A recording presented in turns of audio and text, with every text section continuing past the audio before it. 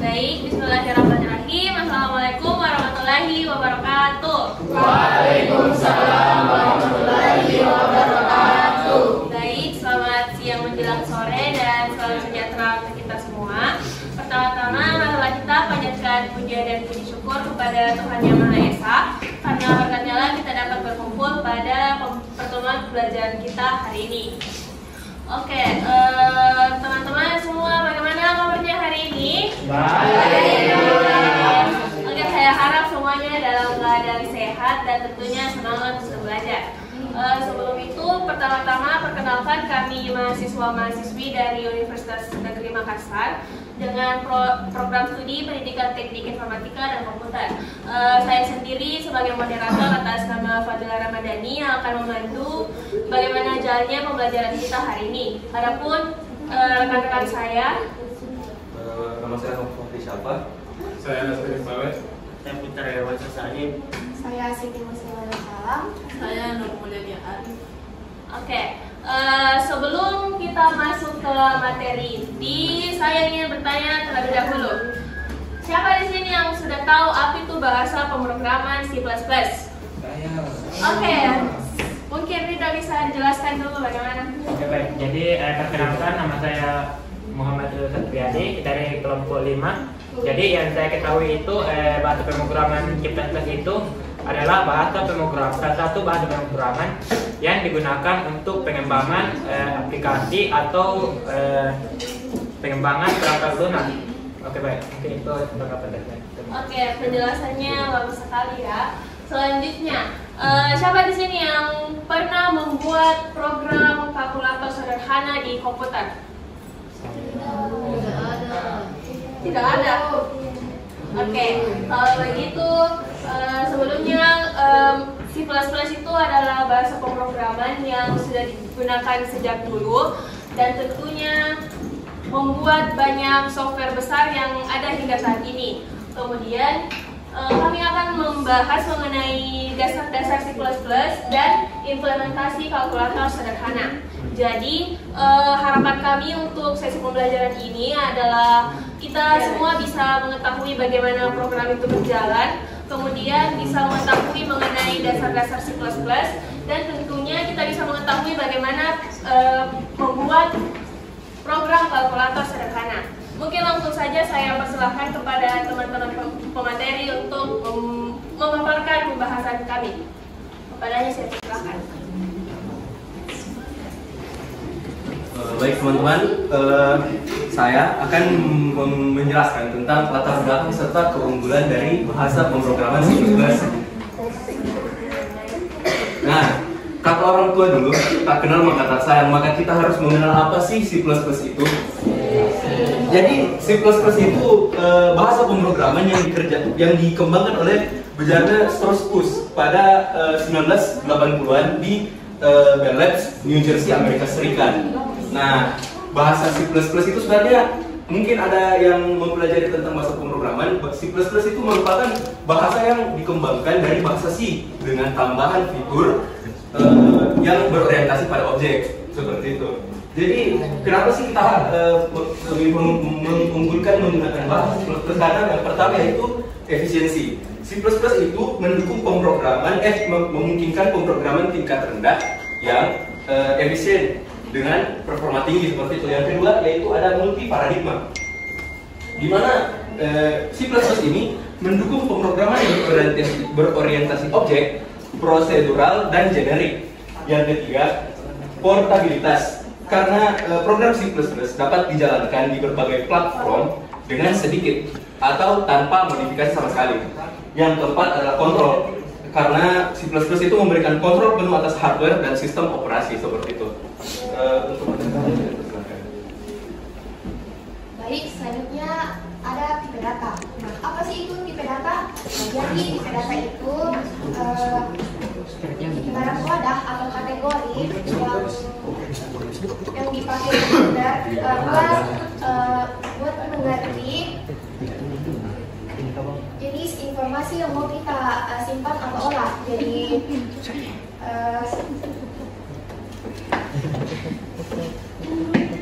setiap nilai atau data yang mau kita program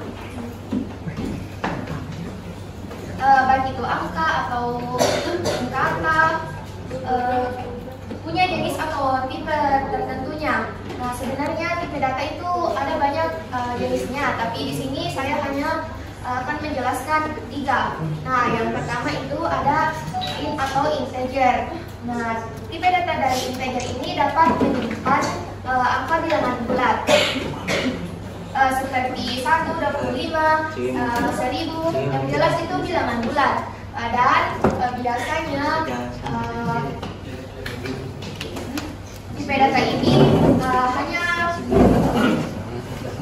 dapat menyimpan bilangan hingga 10 digit. Nah, yang kedua ada string. Nah, tipe data string ini dapat menyimpan lebih dari 1 variabel bertipe sama maupun berbeda. Di mana contohnya itu bisa nama, alamat, atau simbol lainnya. Di mana contohnya itu misalnya nama sama dengan Marcelino, hobi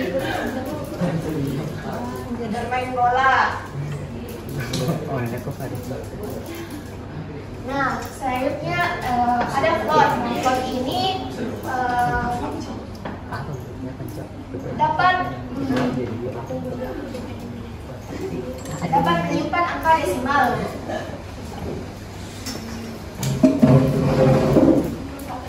Atau angka yang ada komanya.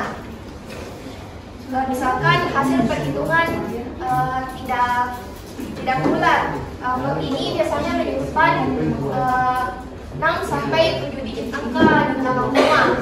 Misalnya umur sama dengan 20,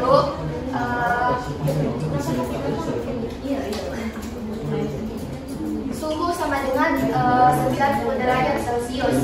Jadi yang intinya itu begini.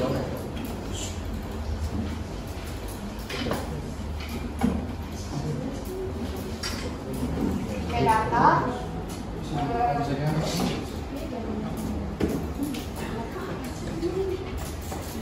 buat menyimpan dan contoh di mana tipe datanya itu ini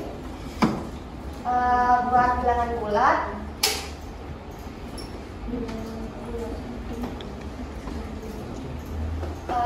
Contohnya itu umur sama dengan 20. Selanjutnya string itu buat angka atau teks. Contohnya itu nama sama dengan Sehun.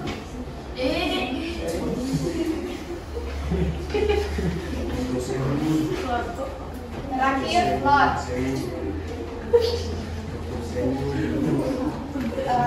Buat menyimpan bilangan desimal. Contohnya 98,9. Jadi begitu. Oke, baik, saya persilahkan ke materi selanjutnya. Baik, terima kasih atas kesempatannya. Saya akan melanjutkan materi selanjutnya, yaitu operator aritmatika. Sebelumnya, ada yang tahu apa itu operator aritmatika? Tidak. Jadi saya akan menjelaskan secara singkat apa itu operator aritmatika. Nah, operator aritmatika itu adalah simbol dan tanda yang digunakan dalam matematika dan pemrograman. Dan untuk melakukan operasi perhitungan angka. Operator aritmatika juga digunakan untuk melakukan operasi matematika dasar. Contohnya itu seperti penjumlahan yang disimbolkan sebagai tanda plus, pengurangan yang disimbolkan sebagai tanda kurang, perkalian yang disimbolkan sebagai tanda bintang, pembagian yang disimbolkan sebagai tanda garis miring, dan modulus yang disimbolkan sebagai tanda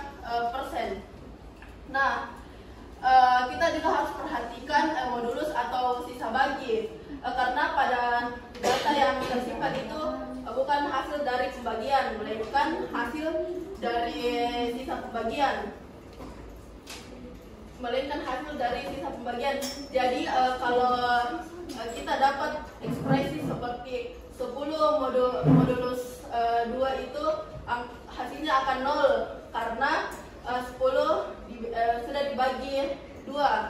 Contoh lainnya itu seperti 10 modulus 3 akan menghasilkan angka 1 karena 10 dibagi 3 menyisakan angka 1. Mungkin itu saja. Selanjutnya demonstrasi kalkulator sederhana akan dibahas dan ditampilkan langsung oleh teman saya sendiri.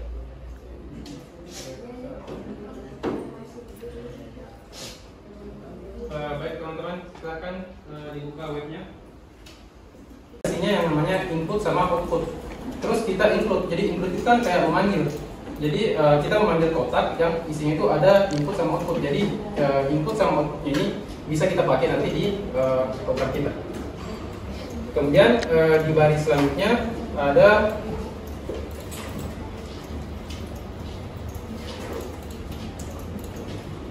using namespace std. Jadi fungsi dari kode ini untuk mempersingkat atau meringkas dari kode kita. Kan kalau misalkan kita menulis kode C++ itu biasanya kan kita tambahkan std .2 di akhirnya tuh. Nah kalau kita pakai using namespace std ini kita tidak perlu lagi menuliskannya, jadi lebih ringkas dari kode kita. Seperti itu. Kemudian di baris selanjutnya kita tulis sebuah fungsi yang namanya int-main. Nah, fungsi int-main ini kayak misalkan analoginya itu kayak rumah. Misalkan ada rumah. Nah, int-main ini kayak pintu utamanya. Jadi ini yang awal-awal bakal diproses dari kode kita. Jadi kayak pintu masuk gitu. Nah, terus di sini int karena nanti hasil dari kode kita atau outputnya itu adalah angka, kan kalkulator jadi angka. Gitu. Nah, kita mulai dari membuat variabel. Jadi yang saya buat di sini variabel bertipe data float atau decimal seperti tadi yang sudah dijelaskan. Variabel pertama dan juga variabel kedua. Karena ini kalkulator sederhana, jadi saya cuma pakai 2 variabel. Kemudian perintah untuk memasukkan angka pertama dari nanti inputan kita. Pertama-tama kita pakai sintaks cout dulu atau sintaks untuk menampilkan kode kita. Jadi kita harus memberikan info kepada pengguna input ini untuk apa? Seperti itu. Misalkan kita kasih info masukkan angka pertama. Terus kita masukkan inputnya. Nah, inputnya ini kita nanti hasil inputnya itu kita mau simpan kemana?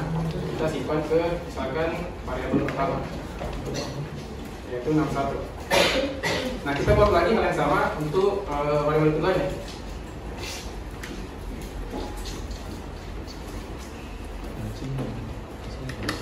Sekarang angka ke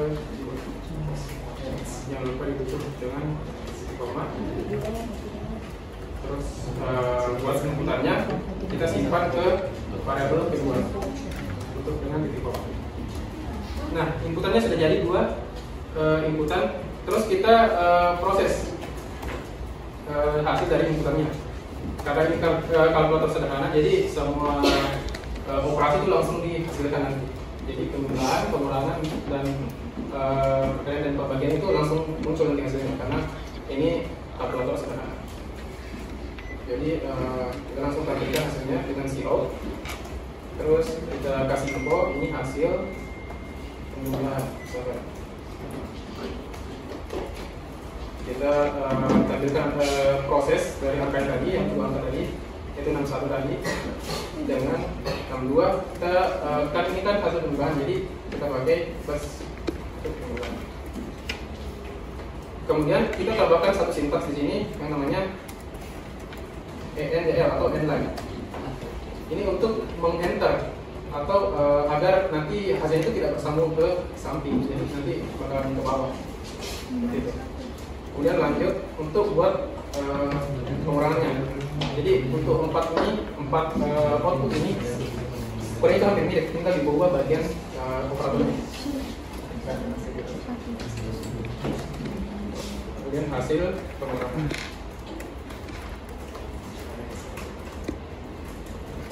Satu, karena ini pemrograman, jadi kita pakai yang namanya simbol minus. Kemudian kita punya hal yang sama yaitu n lagi. Buat lagi untuk perkaliannya.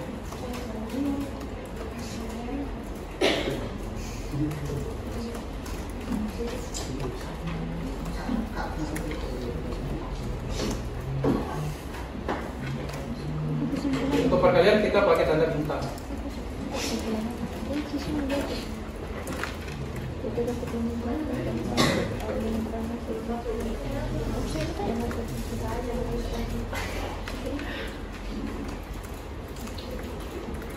Kemudian kita buat dulu untuk pembagiannya.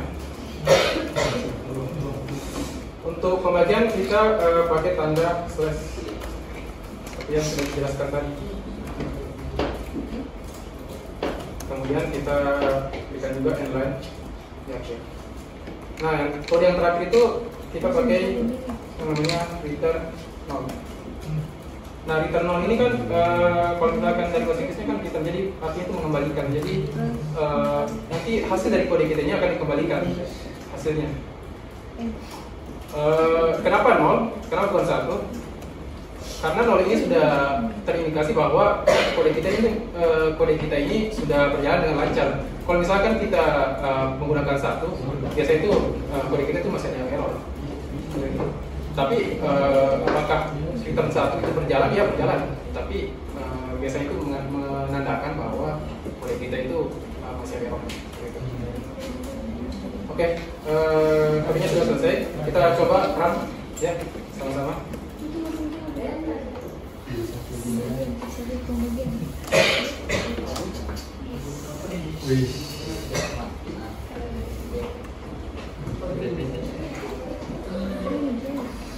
Sekarang ya.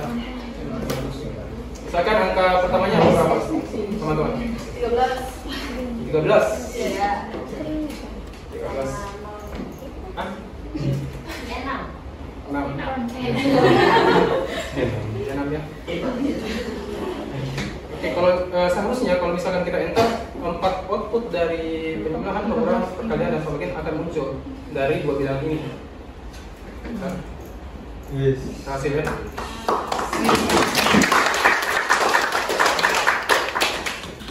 Nah, kurang lebih seperti itu dari demonstrasinya. Gampang ya, teman-teman? Gampang. Saya bikin program ini. Oke, seperti itu bisa. Oke, bagaimana sampai sini? Mungkin ada yang ingin ditanyakan? Silakan yang ingin bertanya. Tidak ada? Sudah sangat jelas? Iya. Mungkin sudah jelas ya, karena ini bisa dibilang cukup mudah untuk sampai di sini. Jadi kita sudah berada di sesi akhir. Belum kah? Oh, belum. Lanjut. Oke. Jadi kita sudah berada di sesi akhir pembelajaran kita hari ini. Sebelum menutup mungkin saya ingin refleksi sedikit dulu. Siapa yang bisa menyimpulkan apa saja yang telah kita pelajari pada hari ini? Saya. Oke, silakan. Baik, perkenalkan nama saya Melda dari kelompok 4. Jadi yang dapat saya simpulkan, kita dapat mengetahui bahasa C++ itu bahasa pemrograman.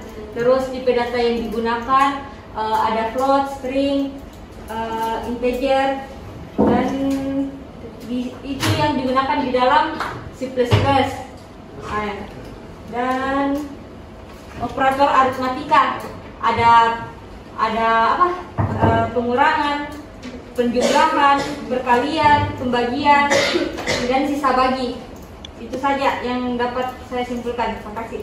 Oke, terima kasih.